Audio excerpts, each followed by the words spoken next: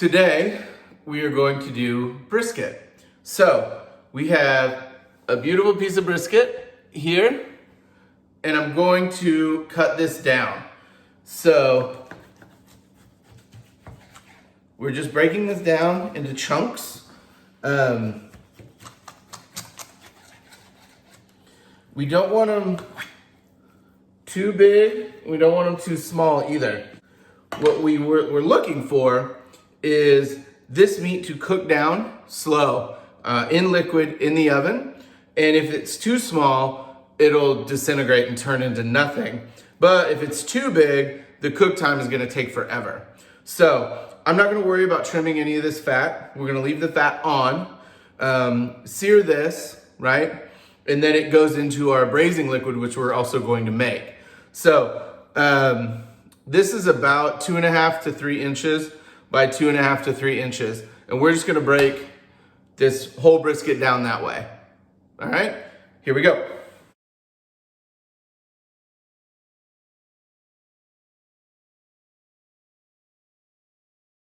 I'm gonna wash my hands. We only did about half of that brisket. I saved the rest and froze it just because it would be wasteful to cook a whole brisket for me and my wife and maybe my toddler, but let's be honest, hit or miss on whether he'll eat it or not.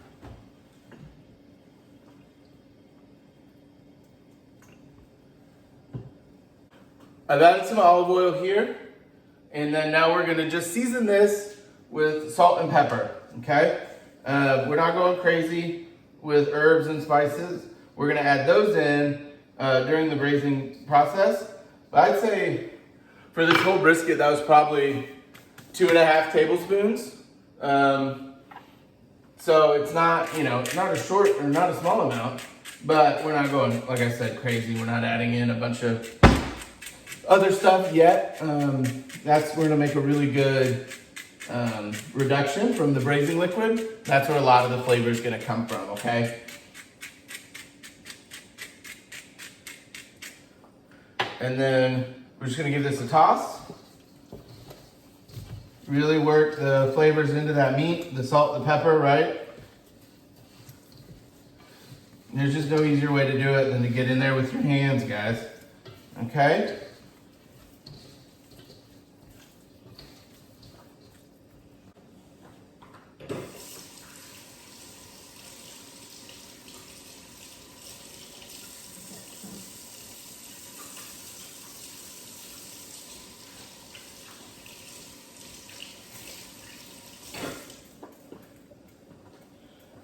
Okay, so I washed my hands, and I know that I'm not cooking anything other than the brisket, but having still touched raw meat, guys, it's still important that you wash your hands because we don't want to deal with any cross-contamination, right?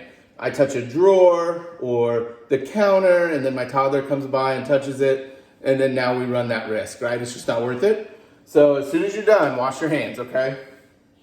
Now, we're gonna do a little bit of oil. Not a lot because there is a high fat content in brisket, but a little just because we don't want it to stick. And then these are gonna go in fat side down when possible.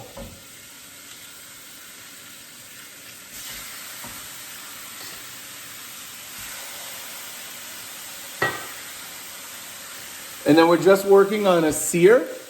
So as soon as those have cooked, it's about 5 minutes on each side, they will come out, all right?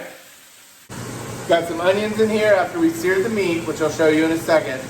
Onions, whole cloves of garlic, yes, whole. And we're just gonna cook this stuff down in that fat that we rendered out. And then what we're gonna do is deglaze this with some stock. Preferably beef stock, but I don't have that and I couldn't get it. So, chicken. So, some dried red chilies here.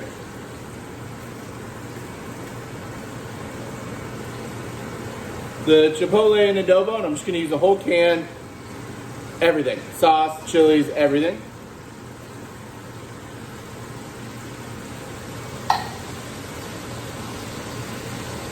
And then I'm using chicken broth, 24 ounces, because I'm only going to use half of this.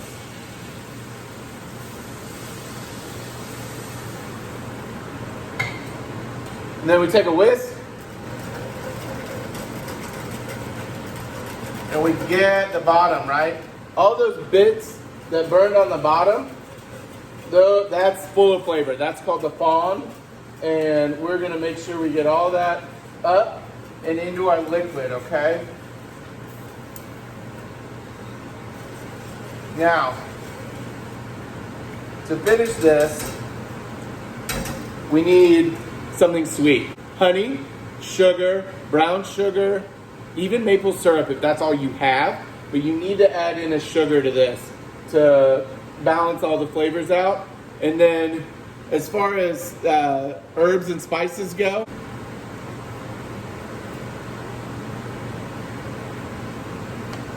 so that was actually an Italian seasoning, and that's gonna have thyme, oregano, parsley. Mix that in, and then I'm gonna do brown sugar. This is a light brown sugar, and I'm just gonna do like 2 handfuls.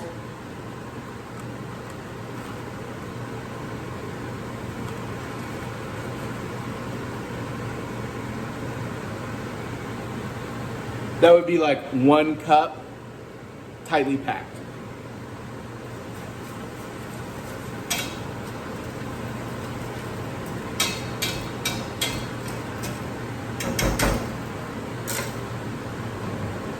I'm gonna kill my heat. We're gonna pour it over our seared brisket, cover it, boil, and get it in the oven at 300 degrees for about 4 hours, but really maybe longer, maybe 6. And we're just looking for it to just fall apart. And if your liquid doesn't come about halfway up, add more liquid. And then it goes into the oven behind me at 300 degrees, covered with foil, like I said, for a long time.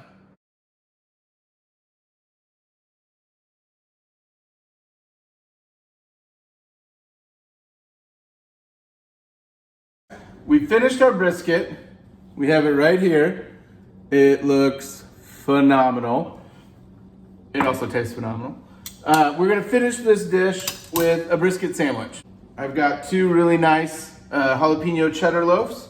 I'm gonna put those right on the grill. While that's toasting, I also have caramelized onions, sharp cheddar cheese, and then we made a roasted garlic aioli yesterday. And I'll post a video about that as well, if it isn't already up there. And that's gonna go on here to finish the sandwich, and it's gonna be awesome. So, we're not really looking on this bread for this to get anything more than warm.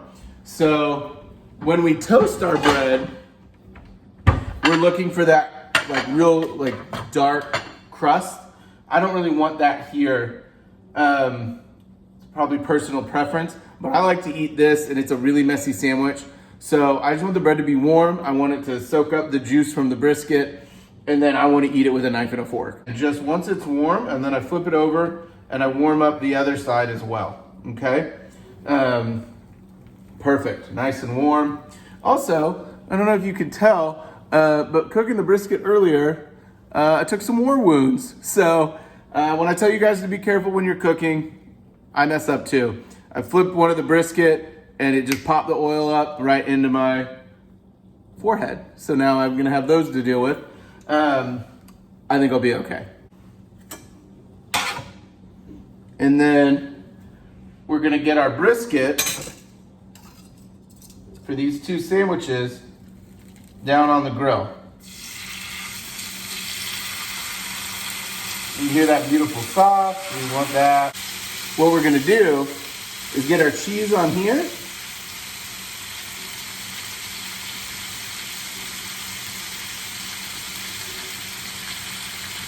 And that is gonna melt the cheese for us, okay?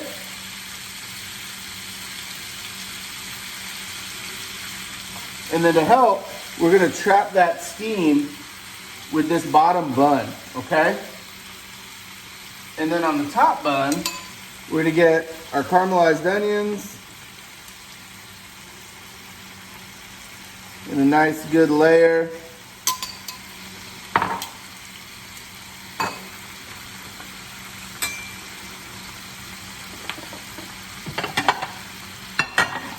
And then this whole thing is gonna come up and off.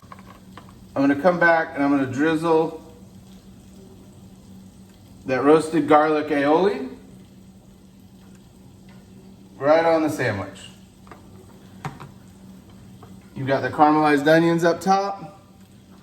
Close that bad boy up. There's your sandwich. Like I said, she's messy, but she's worth it. All right, guys, enjoy. Okay, guys, so here we go. Brisket sandwich, little knife and fork action. And y'all, this brisket just falls apart. It's so good. I ended up cooking it about 6 hours and super tasty. All right, here we go.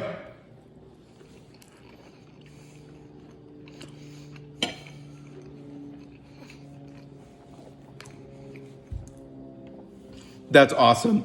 The caramelized onions and the brisket, the cheddar cheese, the whole thing is really, really good. And the nice thing is, once I took the brisket out, I added some more brown sugar because it was pretty spicy. And what that did was it kind of made, it really gives it the feel of a barbecue sauce. But still a little spicy because all the chipotles and the red chilies we put in. This one's worth your time.